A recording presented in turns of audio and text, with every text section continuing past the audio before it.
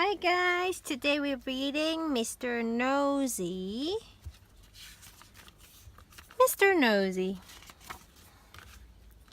Mr. Nosey liked to know about everything that was going on. He was always poking his nose into other people's business. Mr. Nosey was the sort of a person who, if he came upon a locked door, couldn't resist looking through the keyhole to see why the door had been locked. Mr. Nosey was the sort of a person who, if he found an unopened letter addressed to somebody else, should we open it if it's not for you? No, we shouldn't. But Mr. Nosey, he would simply have to open it to find out what was inside just because he was too nosy. Mr. Nosey was the sort of a person who, if he was sitting reading his paper on a train, would much rather read the paper of the person sitting next to him. They're reading the same paper, actually. But Mr. Nosey just wanted to take a look at other people's newspaper for some reason. Naturally, as you might well imagine, Mr. Nosey was not very popular. He doesn't have a lot of friends. Why is that? People didn't like the way he was being nosy, and they did not like it at all. But did that stop Mr. Nosey peeking and prying into other people's business? Not at all. Now, Mr. Nosey lived in a tall, funny, thin house in a place called Tiddletown. The people at Tiddletown decided that Mr. Nosey was becoming much too nosy, and so they held a meeting to discuss what to do about him. "We must find some way of stopping him being so nosy," said old Mr. Chips, the town carpenter. "That's right," said Mrs. Washer, who ran the Tiddletown laundry. "He needs to be taught a lesson." "If only we could think of a way to stop him poking his nose into everything," said Mr. Brush the painter. And then a small smile spread over his face. "Listen," he said, now grinning. "I have a plan." All his friends gathered around to listen to his plan. The following morning, Mr. Nosey was out walking along Tiddletown High Street when he heard somebody whistling behind one of the closed doors. "I wonder what's going on here," he thought to himself, and tiptoeing to the door, he quietly opened it and peeped inside. What do you think he saw? Splash!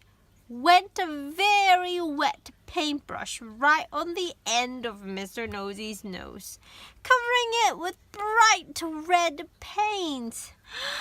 "Oh dear, I am sorry," said Mr. Brush, who was painting the inside of the door. Poor Mr. Nosey had to go straight home to try and remove the red paint, which was rather difficult and painful to remove. Mr. Brush chuckled to himself. The plan had begun. The following day, Mr. Nosey was walking past the laundry when he heard somebody laughing on the other side of the wall. "I wonder what's going on here," he thought to himself, and standing on tiptoe, he looked over the wall. Who did he see? Snap! Went a close peg right on the end of Mr. Nosey's nose. "Oh dear, I am sorry," said Mrs. Washer, who was hanging up clothes on a washing line on the other side of the wall.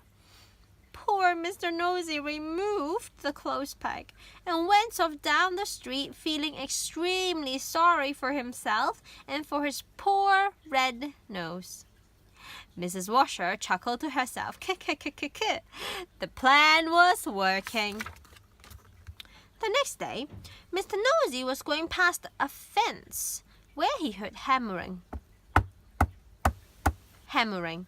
I wonder what's going on here, he thought to himself, and creeping very quietly to the end of the fence, he peeped around. Bang! Went a hammer right on the end of Mr. Nosey's nose. Oh dear, I am sorry, said old Mr. Chips, who was nailing up a loose plank in the fence. Poor Mr. Nosey had to go home immediately and bandage his poor red sore nose. Mr. Chips grinned a broad grin. The plan was working very well indeed. The following day, Mr. Nosey was walking in the woods when he heard somebody sawing wood. I wonder what's going on here, he thought to himself, and he crept up behind a tree.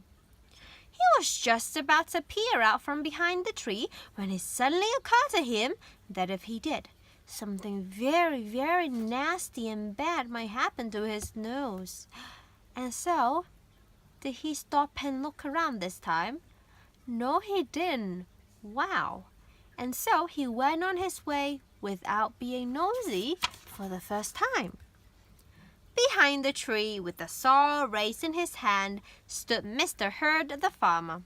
When he saw that Mr. Nosey had gone on his way without being nosy, he laughed and laughed and laughed. The plan had worked! Mr. Herd hurried into Tiddletown to tell everybody. The plan really had worked, because after that, Mr. Nosey stopped being so nosy and soon became very good friends with everybody in Tiddletown. And that is the end of the story. Except to say that if you are ever tempted to be as nosy as Mr. Nosey used to be, you'd better expect one thing: a sore nose. Don't be nosy, guys. Mind your own business. That's the end of today's story. See you soon.